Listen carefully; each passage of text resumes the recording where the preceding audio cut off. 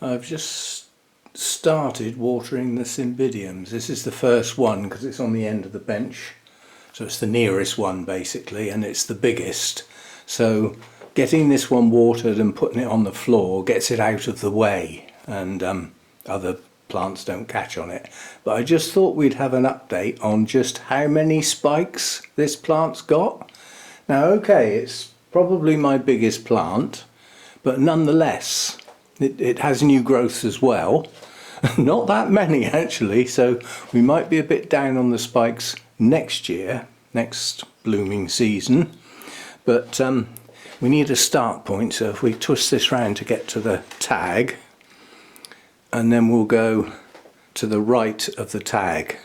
So we've got one here in bloom, that one's open. Let me come round. We have to be careful because there's some spikes are only a couple of inches tall. There's one in here. It'd be easy to miss that one. It's tucked in behind a bulb, so that's two. There's another one there. That's a spike, hollow at the tip, so that's three. Then we've got 4, 5, 6. Another one open here. There's another one there. So that's 6 round to here. I've had to stake that one. That was the dangly one. So it was starting to get to the point where it could easily get broken. So I've forgotten where we got to now. Was that 6? Probably. And then we got one in the middle here. We'll call that 7. We've got another one coming out of the base here, 8. And then we've got this one, 9. This one in the middle, 10. This one here, 11. And this one, 12. And then last but not least by the tag, 13, and the one behind it, 14. So at the latest count, this plant's got 14 spikes. Now some of them are not going to be very big, and some of them are only just starting, so we don't know how big they're going to be. But I don't think I could ask for more from a Cymbidium. And bearing in mind I haven't been growing this genus long. Not long at all. I had a couple to start with for a season, and then the following season I started, going mad, we'll call it. Bearing in mind how much room they take up. But this one just outperforms anything else. It's absolutely brilliant. But I think it will be one of those that next time round it's not going to have many spikes, simply because it hasn't got that many new growths. And the spikes do tend to go with the growths, and on this one sometimes 2 spikes per growth. So the numbers bump up. So obviously the growing season that's finishing now has obviously produced a lot of spikes. And the growing season that's underway, which will become the spikes for next year, hasn't got as many new growths. They've got room to grow. This was, I don't know whether it was repotted or potted on, but it's in my biggest type Cymbidium pot. But yes, I mean, the care for Cymbidiums really is basically just feed and water well. Get the nutrients into them. They're heavy feeders. Now these spikes are as a result of normal feed. I haven't switched to any bloom booster or anything, not this time round. I did last blooming season, but not this one. So this has just had normal higher nitrogen type feed to push the growths on, and it's produced all these spikes as a consequence of strong healthy growth, not a bloom booster. So I'm content not to bother with the bloom booster anymore. I will concentrate on heavy feed and keep the growing strong. Now my feed, every now and again, I won't say every other feed, but During the growing season, the heavy season, I could possibly say from May up till now, and possibly longer, they get fed every watering. They don't get a flush. Whereas when they were outside, they got flushed with rain. If you think at the moment we've had 9 or 10 days with some heavy rain, frequent, I wouldn't have been able to get any feed into them. They'd be soaking wet. So they wouldn't be getting fed. Because, you know, I'd have to add more water to get the feed into them. So, you know, I'm quite considering the fact that they stay in.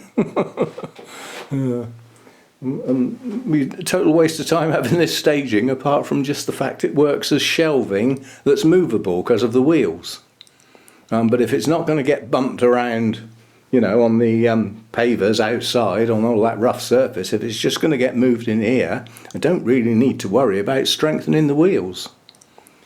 So we may give up on the work on the staging. I spent a small amount of money on some timber. The screws I already had. They'll come in useful for something sometime down the line. So it's not like I've spent money that's going to be wasted. I would still like to get a coat of stain on it though to make it look nice. But we shall see. Anyway, this is a star performer as far as I'm concerned. And as a consequence, I better get on and water and feed it. And for those interested in that huge bowl of water over there, that is the Orchid Focus Grow at 400 parts per million, and it's got a pH of 6.3. That's what it ended up as, without any adjustments. Now often, because there was a bit of water left over from yesterday or the day before, when I put the kettle in some of the feed and the pH just went mad, rocketed sky high. Well, there was some of that left over and I thought, well, it's only a day old, I'm going to use it. But as a consequence, that stopped the pH dropping down as low as it would normally do, because normally I have to bring it back up again because the Orchid Focus Grow drops it down so much. So anyway, a star performer with plenty more spikes to come. Cymbidium blooms tend to last quite a long time. I won't say exactly because it varies, but I can look up in my notes. In fact, I'll do it and put it as a pop-up. I'm not going to stop filming now. Actually, I will, because then I can talk about it. I'll be back. Right, bit of a blow because the last blooming that we had, I updated the date when the first bloom opened, but I didn't update the end date, so I don't know how long it was open last time. But the time before that, it was open they were open 2.5 months. Yeah, you get that? That's 10 weeks. Yeah, but that wouldn't have been each individual bloom. That would have been from the very first bloom opening, followed by successive spikes and the very last bloom dropping. So it doesn't tell you how long each individual bloom lasts. You see what I mean? But anyway, given that, I would say our show at the end of October may be able to have this plant, but it can only do that if there are no scale on it. I'd have to get rid of every single one. We shall see. We shall see. I don't know how many more spikes are going to be open in a week and a half's time for our next Orchid Society meeting. I could take this into an Orchid Society meeting with scale on it, just not put it with the other plants. I could keep it with me on the treasurer's desk just for people to look at, yeah, and not enter into any of the competitive elements. We could play count the spikes, see how many other people can spot, because there are some that are quite well tucked away and most people would miss the new ones at the base. So yeah, but it's done well. Really, really pleased. And now, this is today's video.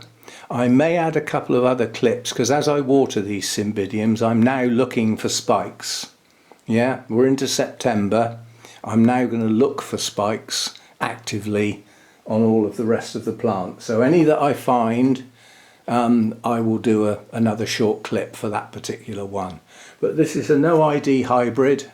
It's just called bronze because of its bronzy colour. That's all I can do with a hybrid to identify it, is just put the colour, you know. So this one is Cymbidium hybrid bronze in my notes, and these are very attractive blooms. Patterning on the lip, and don't forget when you look at Cymbidiums, the outside of the lip has patterning as well, sometimes spots, sometimes stripes. But you've got spots and stripes on the petals and sepals, and a gradation of colour from the centre outwards. Very attractive bloom, and not a bad size. It's not a giant, but it's a good size. So there we go. So that's that one. There may be more I'll add on the end. This is another one of the big ones. This one has a spike definitely, and others that are more likely to be new growths. Now, this is the yellow one, the one that missed a year. This did not bloom last season. Well, it doesn't look like it's going to bloom very well this season either. I'm going to have to get the spray on these again, these scale. The trouble is the spray is probably killing them, but it's not removing them. And physical removal on huge plants like this would be ridiculous. I mean, I would probably need an hour at least to go over the top and bottom of every leaf on a plant this size to physically remove them. I mean, it would be highly recommended to do so, you know, get cotton wool buds and some alcohol and just take them all off. But the time it would take, but they do need another spray. Anyway, we have one definite spike with a lot of buds.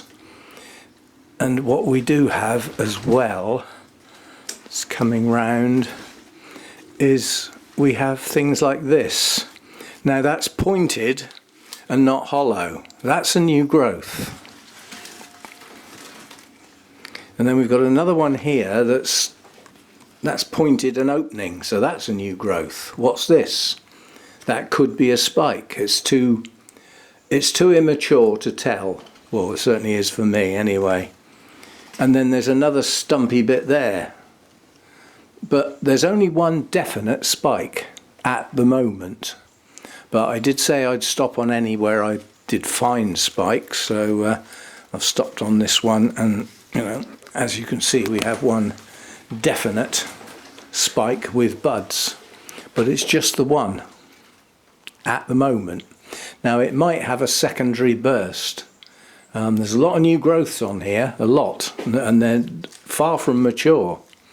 So we could get another round of spikes when those growths mature, you know, in whatever, 2 or 3 months time perhaps, maybe. But yeah, this one came from, I think this is probably the one I've had the longest actually. This came from Burnham's just on a whim really. I liked the colour of the blooms, so I brought it home. But a lot of new growths, but only one definitive spike, which can't be mistaken obviously. Well, that's that one. Now this one is Cymbidium copper. This is actually a project orchid, so I don't want to spend too much time on it because there'll be a project update in the not too distant future. I think it's about a fortnight. But what this one's done has dropped leaves on the oldest bulbs. Now Cymbidiums do that, and some drop their leaves on older bulbs more quickly than others. But this one has lost its leaves. This one's lost all but one, and this one has got 2 to go, but they're fading. So this is going to end up with 3. Oh, there's one's already gone. So this one's going to end up with 3, effectively, back bulbs. And then we've got, this is a new growth, and then we've got this big strong new growth here. And this is the flower spike, hollow inside. Yeah, once they can get to, I'd say about 1.5 inches, maybe 2 inches to be sure, but then you can gently squeeze the tip, and if it's hollow, it's a spike. And if it's not, if it's a solid one and would normally be a different shape on the same plant, but unless you get two together, they're often difficult to tell. Anyway, we have a spike on Cymbidium copper. The blooms on this are gorgeous. Not a good plant. Having created back bulbs, it now looks tatty, but that's what a lot look like. You know, if it's one of those that drops its leaves at the end of the 2nd year instead of at the end of, say, the 4th year, then it's going to become a tatty looking plant much quicker than others do. I mean, some of my Cymbidiums haven't got any back bulbs. They haven't dropped any sets of leaves yet, but this one has. So as I said, it looks a bit tatty now, so we might actually divide, separate it off. So this is an older bulb, but it's not a back bulb as such because it's still fully leaved, and it has a nice strong new growth attached. And if we kept this bulb to give it 3, that would make a nice division, and that would get rid of 2 old back bulbs and a new growth, which we could possibly stick with a back bulb. Anyway, that's not for now. So we have another one with a spike. There we go. Okay, that's it with the Cymbidium spikes. Not as successful as I would have hoped, but it's still early in the year. You have to bear in mind most Cymbidiums flower, you know, mid-winter into spring.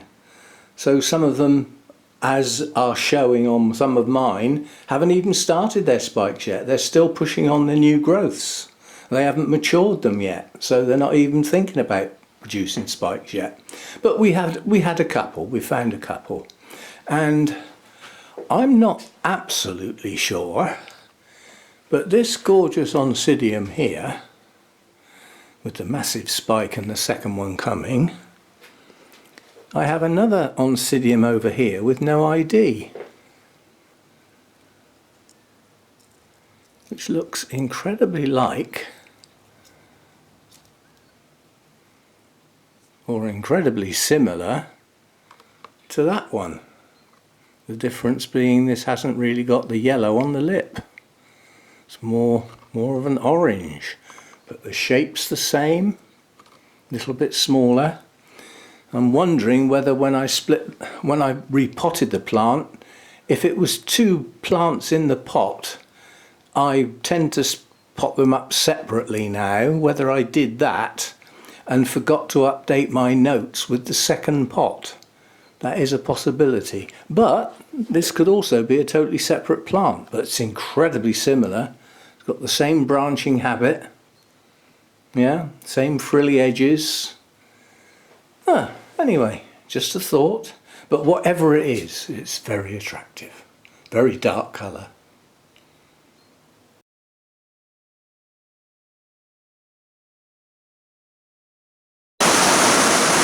Now that's proper rain. We've got bouncing rain. Bouncing off next door's shed roof. Well, I said I wanted rain. We certainly had some over the past days. My point of view, I don't care. I don't have to go out in it. However, I do have to go and get Hannah on Saturday, which is supposed to be a nice, bright, sunny day. Oh, goodness me.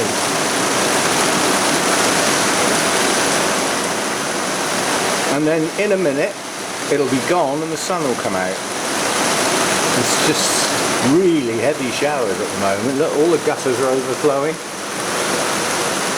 The systems can't cope with this amount of rain. Because this isn't it. It's been doing this on and off since I got up this morning. But one thing I've noticed is all of the plants in the planted border are perking up things like the primroses that have suffered really badly in the heat, their leaves are standing up now, they're not flat on the ground, so things are starting to hydrate again properly. I just hope I haven't lost anything, because some of the ferns have died right back. I hope they come back again. But yeah, I mean, I've got no reason to go out. My normal reason for going out is to water the garden and the bonsai. Well, we won't be doing that today, I don't think. Anyway, I said I wanted rain. Now we got rain. Now this clip is taken Thursday morning just after breakfast. When it actually gets joined onto another video and posted, I haven't got a clue. But I thought that rain was heavy enough and loud enough to warrant a quick clip.